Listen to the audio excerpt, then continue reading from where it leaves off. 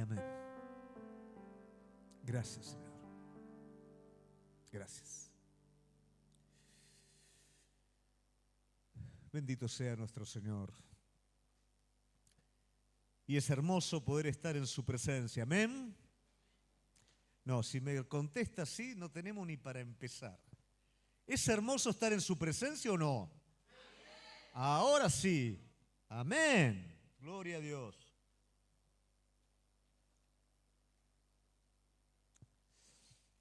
En esta noche vamos a estar hablando acerca de lo más hermoso que le puede pasar a alguien.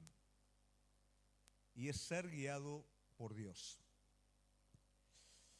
El día de ayer me invitaron a un lugar para que pudiéramos compartir a un grupo de jóvenes que se están entrenando para el ministerio, cómo el Señor nos ha estado llevando en la obra de África. Y realmente ellos esperaban por ahí que uno le hablara de formas, de estructuras, pero de lo único que se pudo hablar es de cómo Dios lo hizo, de cómo Dios despertó su palabra, de cómo Dios respaldó su palabra con los recursos necesarios, de cómo Dios abrió caminos donde realmente era imposible, cómo Dios sostuvo la vida de un equipo durante 4 meses de pandemia en aquel lugar, cómo se construyó algo que era imposible construir, y todo eso realmente no era algo que lo pudimos hacer nosotros con nuestras propias fuerzas. Es algo que solamente lo pudo hacer el Señor, y la responsabilidad nuestra no era quedarnos con los brazos cruzados, sino realmente poder escuchar y poderlos seguir. Y es un poquito de esto lo que vamos a hablar en esta noche, respecto a ser guiado por Dios. Y para poder hablar un poco de este tema, lo vamos a contrastar con lo opuesto: obstinación y dirección es el título del sermón de hoy. Así como la dirección es lo más hermoso, aquello que es radicalmente opuesto a la dirección es la obstinación. Y es mi deseo que a través de este contraste que el Señor puso en mi corazón para poderlo expresar en esta noche, podamos salir hoy desafiados a abrazar de manera completa la dirección en nuestras vidas. Amén. Vamos a abrir la palabra de Dios en el libro de Jueces, capítulo 18, versículos 5 al 6.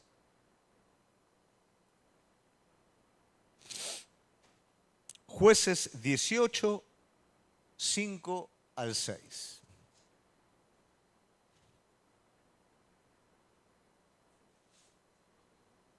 Y ellos le dijeron: pregunta pues ahora a Dios para que sepamos si ha de prosperar este viaje que hacemos. Y el sacerdote les respondió: id en paz, delante de Jehová está vuestro camino en el que andáis.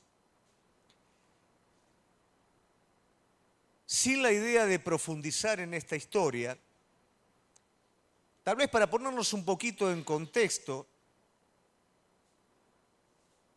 podemos estudiar que en la época de los jueces, el propósito que tenía el pueblo de Dios era tomar posesión de la tierra prometida. En un principio empezaron bien, pero de a poquito fueron perdiendo esa obediencia a Dios y fueron teniendo ciertos permisos, los cuales hicieron que el enemigo cada vez tuviera más poder sobre ellos y ellos cada vez pudieran concretar menos de lo que Dios les había dado. Esta tribu está en un momento en el que anhela cumplir el propósito de Dios, está un tanto insegura, entonces consulta si realmente esta incursión que van a estar haciendo para tomar posesión de la tierra ¿Dios va a estar con ellos o no? Y esto es lo más lindo que alguien puede recibir. Esa palabra que acredita. Anda en paz. Yo estoy con vos. Camina por este camino, porque yo estoy en esto. Eso es lo que realmente llena la vida de todo hombre, de toda mujer de Dios. A veces no logramos entender los caminos de Dios y cuando leemos que los caminos de Dios son estrechos, pensamos que son caminos en los cuales hay un sufrimiento fortuito, un sufrimiento por sufrimiento, propiamente dicho. Pero ¿sabés cuál es el sufrimiento del camino estrecho? El aprendizaje. Algo que muchas veces no nos gusta y algo que es propio de la obstinación. La obstinación es aquella actitud por lo cual impongo el criterio mío sin querer aprender. Y cuando esto está presente, difícilmente vamos a ser guiados por Dios. El regalo más grande que pudieron tener los discípulos fue ser llamados a seguirlo. Y discípulo quiere decir aprendiz. O sea que ellos fueron llamados a seguirlo para aprender.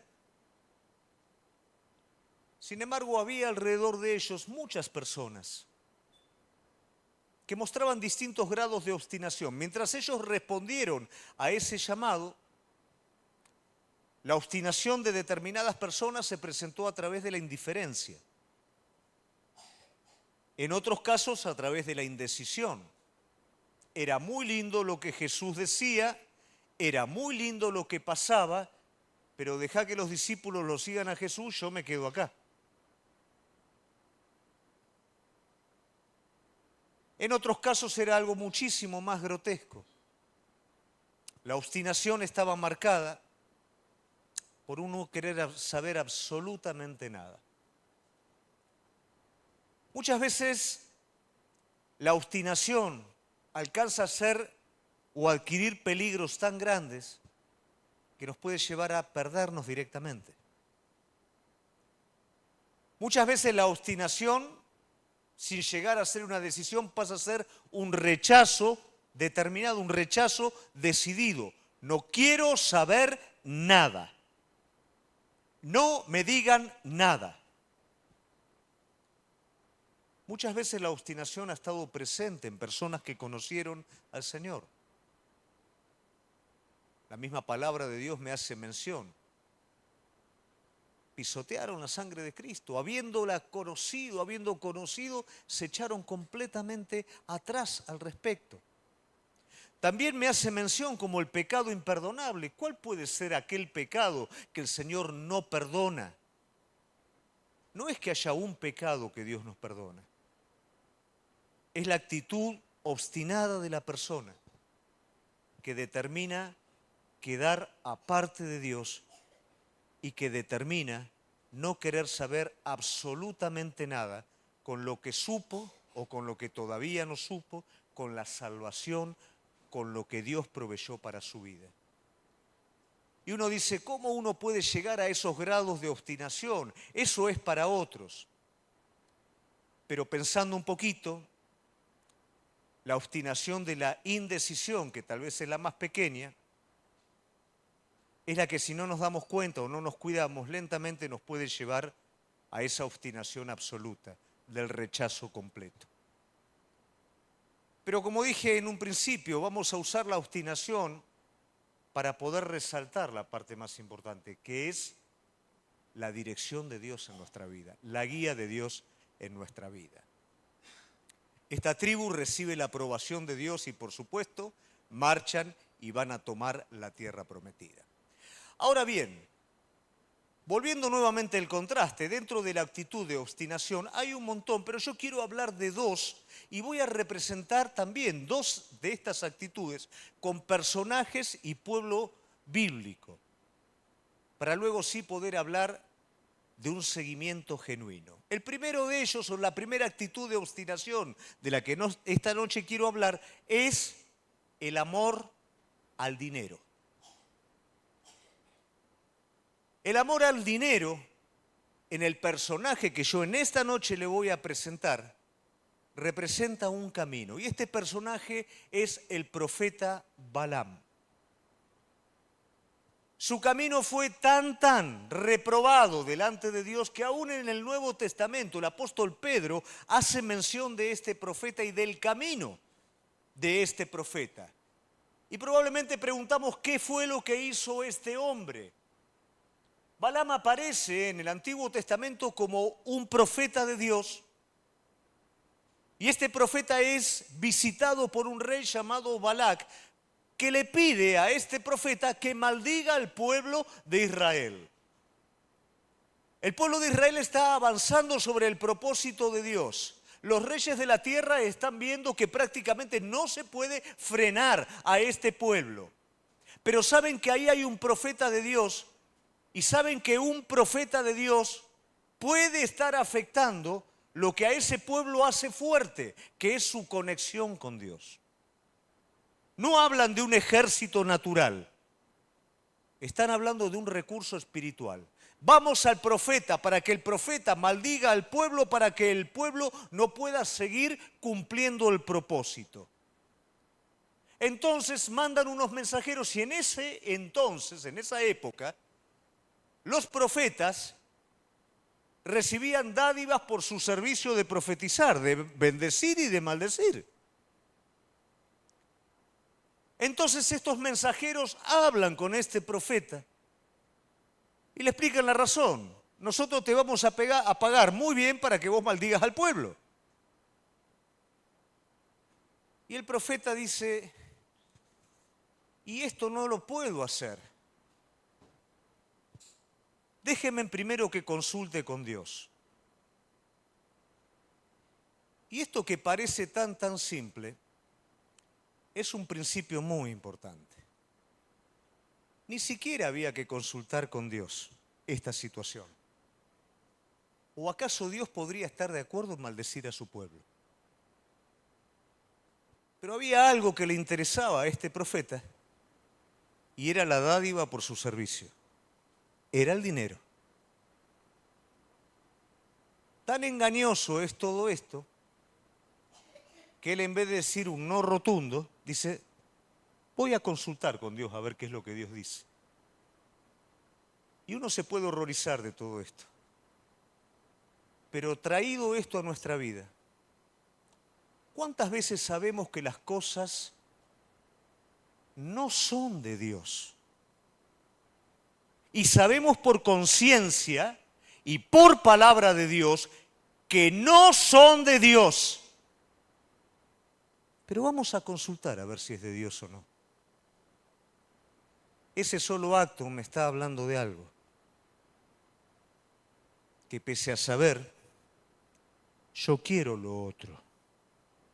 Yo tengo una afinidad sobre lo otro. Pero esa pequeña semilla pasó desapercibida. Y por supuesto que el enemigo no se va a quedar tranquilo. Y envía a un grupo más importante de personas prometiéndole honra, bienes. Y ya la semillita estaba en la vida de este hombre. Y este hombre decide acompañar a esos embajadores, preguntándole nuevamente a Dios que ya le había dicho que no. Dije que vamos a contrastar lo que es seguir a Dios por medio de la obstinación. Mirá lo que hace la obstinación. Pregunta a Dios lo que sabe que no es. Cuando la tentación se acrecienta, sigue preguntando porque quiere hacer eso. No aceptó el no de Dios como una respuesta. Está buscando todavía que Dios apruebe aquello que Dios no aprobó o no quiere aprobar. Y esto se constituye en un camino. Porque el profeta va hacia aquel lugar aunque Dios le dijo que no. Y en este camino sucede algo muy particular. Dice la palabra de Dios que apareció el ángel de Jehová. ¿Quién es el ángel de Jehová? Primeros pasos. Jesús. Pero ¿sabés qué es lo más irónico de todo esto? Que el profeta no lo vio al ángel de Jehová. ¿Sabés quién lo vio? la burra, la asna, vio el ángel de Jehová y no avanzaba. Cristo se le puso en medio para que no continuara con el camino. El Señor le habló y no quiso escuchar. Habló nuevamente. Ahora él mismo se pone como oponente de él. Y el asna se detiene y no puede seguir avanzando porque el asna está viendo lo que el profeta no ve. ¿Esto qué representa en nuestras vidas? Esto representa cuando nuestra naturaleza ve algo y nuestra vida espiritual está ciega al respecto. ¿Y qué es lo que hace este profeta? Le pega al asna para que el asna adelante. Y el asna no adelanta. Y muchas veces de esa manera, nosotros cuando Dios nos dice no en algo, forzamos nuestra vida para avanzar, pero hay algo, el Señor está ahí, está diciendo no, está diciendo fíjate que lo natural no está aportando, hay algo que te está diciendo no avances, pero el profeta quería avanzar en eso. ¿Cuántas veces nuestra conciencia dice no? Nuestro espíritu se constricta. Lo que está alrededor nuestro se detiene y así todo empujamos. El camino de la obstinación. Finalmente los ojos del profeta se abren. ¿Y qué es lo que ve? Por supuesto aquello que impedía que su camino siguiera progresando. Lo ve al ángel de Jehová. ¿Y qué es lo que hace el ángel de Jehová? Le dice, bueno, seguí el camino. Cuidado, iglesia, con esto. Muchas veces nuestra obstinación es tan grande en las cosas que Dios simplemente permite que sigamos el camino de la obstinación.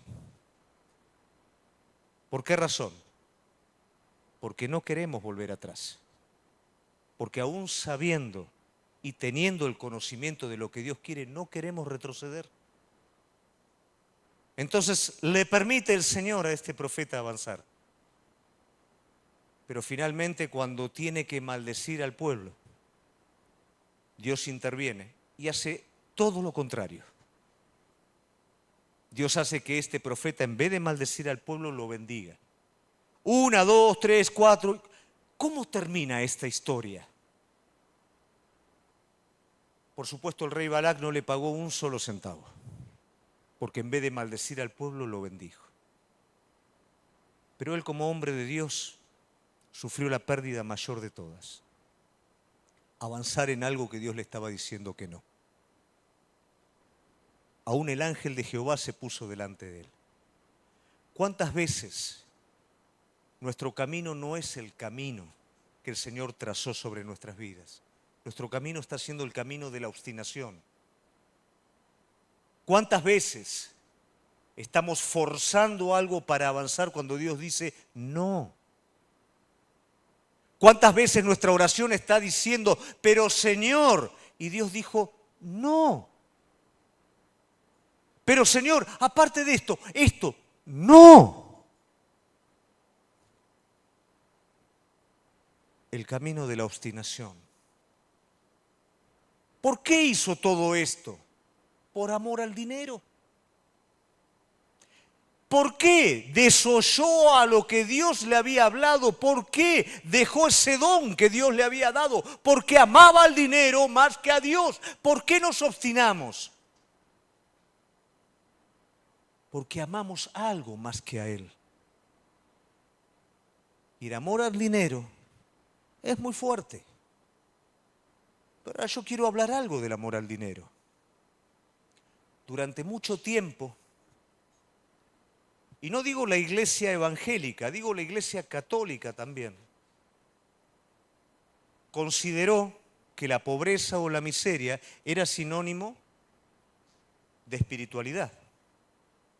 De hecho, yo tenía un dentista cuando era joven, que era un ídolo, un líder de la iglesia católica, y él había decidido vivir de una manera muy austera, casi hasta te diría pobre, no teniendo necesidad de hacerlo, porque consideraba que era la manera de agradar a Dios. Terrible error.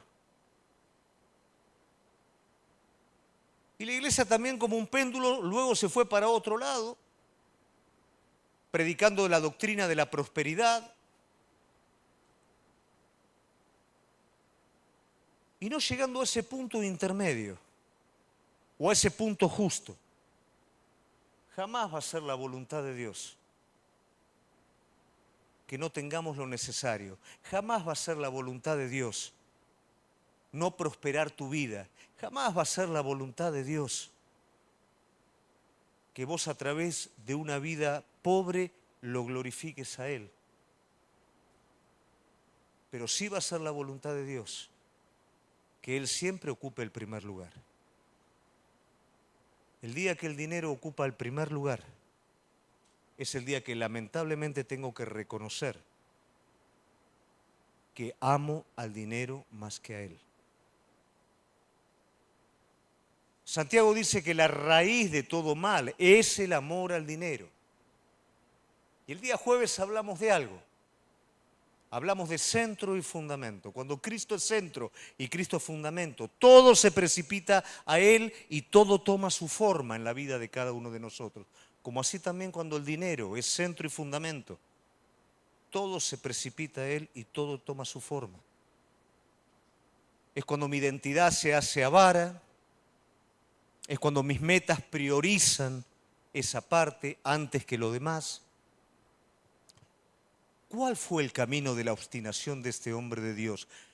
¿Por qué este hombre desplazó a Dios? Por amor al dinero. ¿Quiere Dios prosperar nuestras vidas? Sí, y lo va a hacer, y de una manera tremenda. Pero ¿qué lugar va a ocupar eso en mi corazón? ¿Quién va a ser el centro? En el caso de este hombre, lamentablemente fue el dinero. Otra actitud de obstinación, la rebeldía.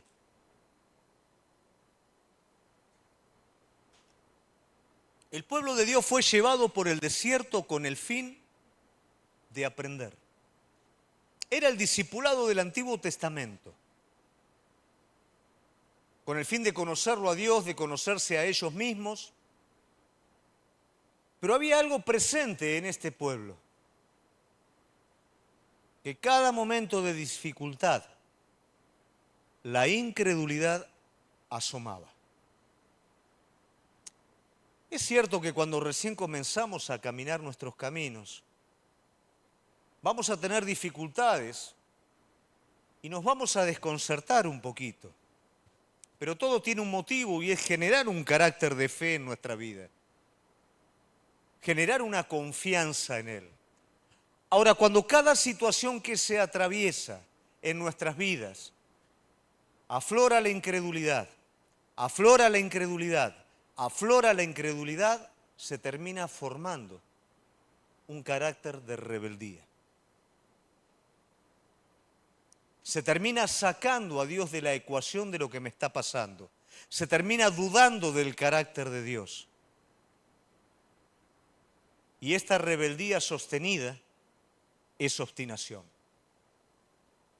Y el gran peligro de esta obstinación es que hay un momento en donde el propósito para el cual cada uno de nosotros fuimos creados es el momento en el que ese propósito se va a cumplir. El propósito del pueblo era entrar en la tierra prometida. Cada situación sacó de ellos la rebeldía, la incredulidad. Ahora ellos van a entrar en la tierra prometida. Pero un carácter de rebeldía no les permite estar a la altura de poder entrar. Un continuo carácter de incredulidad, de queja, no les permite entrar. Y ellos dudan. Y aun cuando los espías vienen de la tierra prometida trayendo el mejor mensaje, ¿qué quieren hacer? Lo quieren matar. Quieren matar a Josué y a Caleb. Porque Josué y Caleb le está diciendo, si confían se puede. Y ellos están diciendo, esto es imposible, volvamos a Egipto. Cuando la rebeldía impregna nuestras vidas, lo primero que queremos hacer nosotros es matar el mensaje de fe. Molesta a la persona que está motivada en confianza. Molesta el mensaje que dice se puede. Porque ya la obstinación me tomó. Está en mi carácter. La queja es lo primero que está. La expresión negativa respecto a Dios es lo primero que está. El volver atrás es lo que sale de mi boca. Pero el Señor le dijo, bueno, listo. No entren, van a quedar en el desierto. Y ellos ahí dijeron, no, vamos a subir y vamos a pelear. Y el Señor les dice, no lo hagan. No lo hagan porque no van a ganar esta batalla. Lo vamos a hacer igual. Subieron, pelearon y por supuesto fueron derrotados. Ese es el carácter de la rebeldía. Rebelde sobre lo que Dios quiere, rebelde sobre lo que Dios me está llevando, rebelde para tomar posesión, rebelde para obedecer. ¿Qué distancia tan grande hay desde esa obstinación al ser guiado por Dios? El corazón de ellos no había cambiado. Y a veces nosotros creemos que en ese camino de rebeldía, por tomar una simple decisión, la cosa cambia. Pero caminamos tantos años guardando esa rebeldía en nuestro corazón que se hizo carácter. Y que tal vez ahora el Señor lo que está diciendo, yo quiero tratar con eso. Yo quiero arrancar eso para que realmente pueda haber en tu vida una vida de confianza genuina. Y no que cada vez que hay un problema, dudas de mí, dudas de todo, hablas de todo el mundo. Quiero que realmente aprendas a confiar en mí, a entender que yo soy el que dirige tu vida, que yo soy el que te traje hasta aquí. Durante todo ese tiempo Israel dudó de todo lo que hizo Dios hasta traerlo a ese lugar. ¿Cuántas veces nosotros nos olvidamos de todo lo que Dios hizo en nuestra vida hasta traernos donde hoy estamos? Y la obstinación sigue dictando el camino de nuestra vida. Cuidado con el amor al dinero. Cuidado con la rebeldía. Pero yo te dije que solamente iba a tomar la obstinación para resaltar el mejor camino. ¿Y cuál es el mejor camino? El camino del fuego de Dios en mi corazón. Y también voy a hablar de un personaje que es Moisés. ¿Por qué quiero hablar de Moisés para esto? Porque Moisés también vivió la obstinación de los placeres de Egipto y vivió la obstinación de la rebeldía. Y eso lo llevó a este hombre de Dios al desierto, al mismo lugar que lo llevó el pueblo de Dios, al desierto. Pero en el desierto él no permitió que nada ocupara ese lugar. Él tenía hambre. Él sabía que había algo de parte de Dios y él también sabía que hubo algo que hizo mal. Él también sabía que no fue guiado por Dios, sino que él tomó sus propios caminos y ahora está buscando ser guiado por Dios. Y si Dios no me guía, yo de acá no me muevo. No importa que haya sido faraón y que hoy tenga que estar cuidando ovejas. Si Dios no me habla, yo de acá no me muevo. Y mientras él esperaba ese tiempo, su corazón iba cambiando. Los cambios no se producen afuera, se producen adentro y se manifiestan afuera.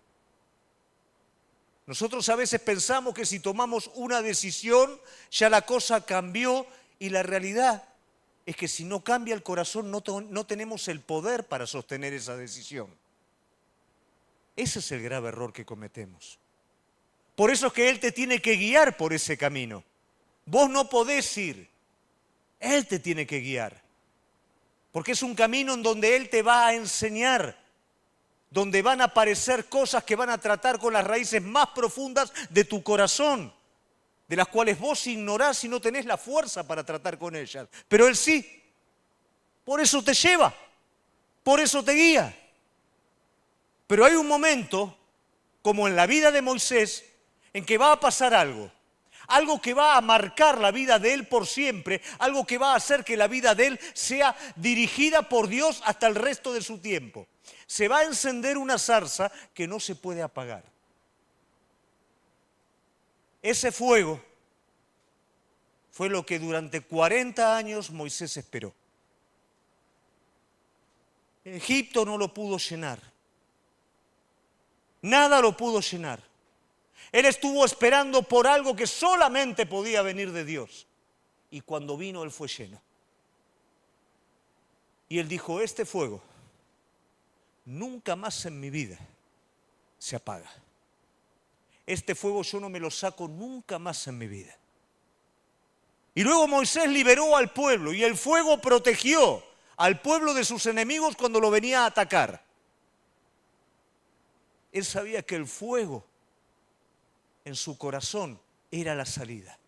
Él vio mientras caminaba en el desierto que la columna de fuego lo guiaba de noche.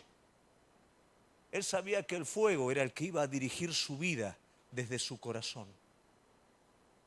Ese fuego no se podía apagar por ninguna circunstancia.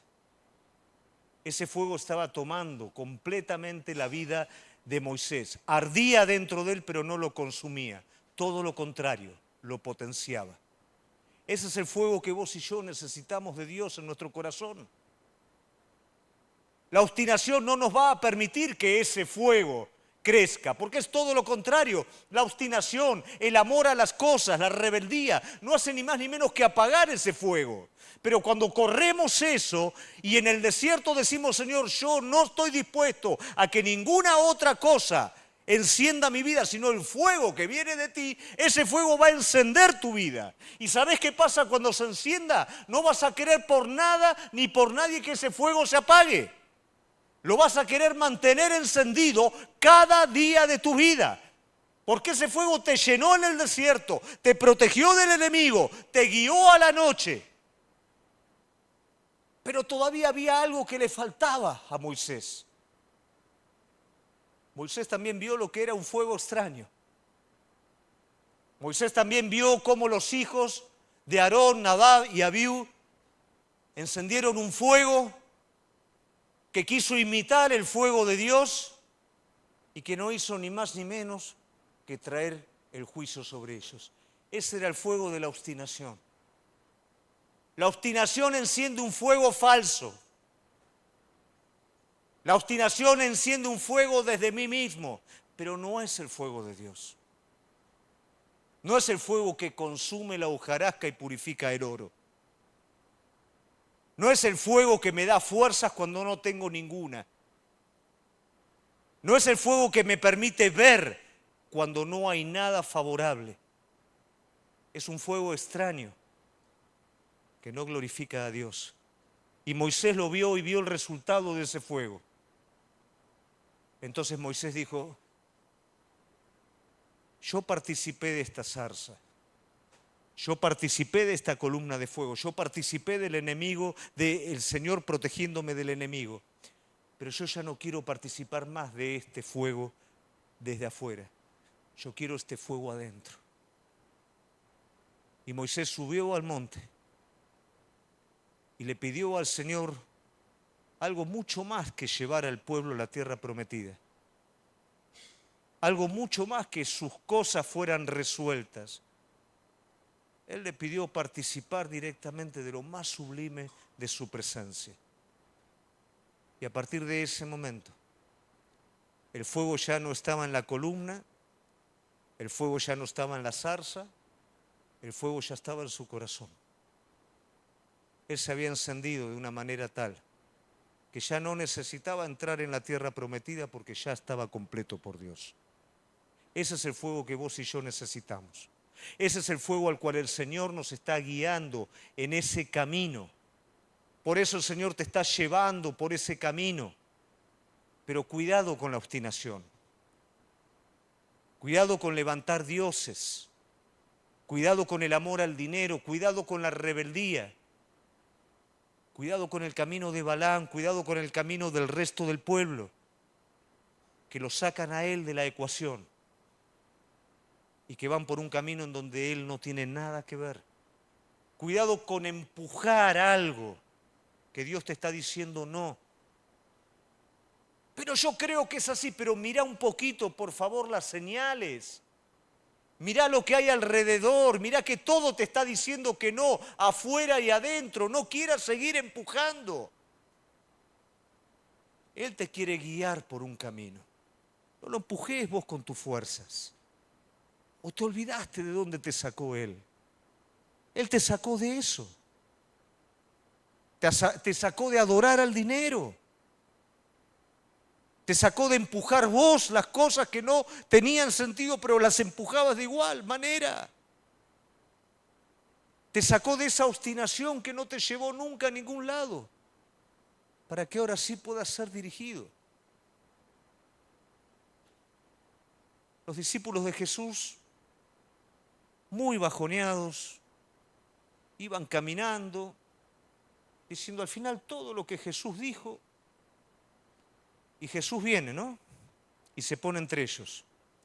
Y ellos se pusieron a hablar.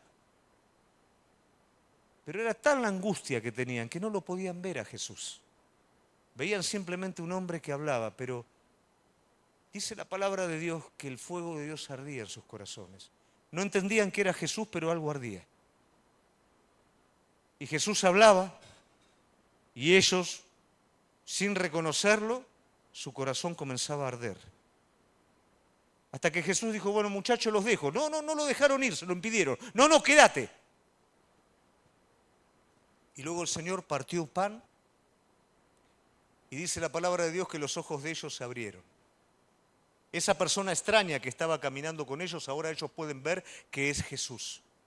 El corazón ardía, pero no lo podían ver. Ahora lo ven y en el momento que lo ven, ¿sabes qué pasó? Desapareció. ¿Sabes por qué desapareció? Porque ese fuego pasó a morar en el corazón de ellos. Ese Cristo pasó a vivir como un fuego, como el mismo fuego de Moisés, en el corazón de ellos. ¿Y sabés qué pasó con ellos? Salieron corriendo y le dijeron a los 11, resucitó. Es cierto, es real. Iban por un camino completamente diferente para volver llenos del fuego de Dios y decir, resucitó. Moisés iba por un camino diferente para entrar en ese camino y que el fuego de Dios ardiera en su corazón. Y yo te dije al principio del sermón que en esta noche yo voy a invitarte a un desafío. Primero te quiero hacer una pregunta. ¿Queremos este camino? ¿Queremos el camino del fuego de Dios en nuestros corazones? ¿Queremos el camino de ser guiados y dirigidos por Él? Entonces yo en esta noche voy a hacerte un desafío. Y este desafío no es para algunos. Este desafío es para todos los que están aquí presentes.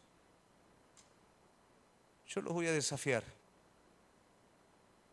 a que en esta noche pongan sus caminos delante de Dios.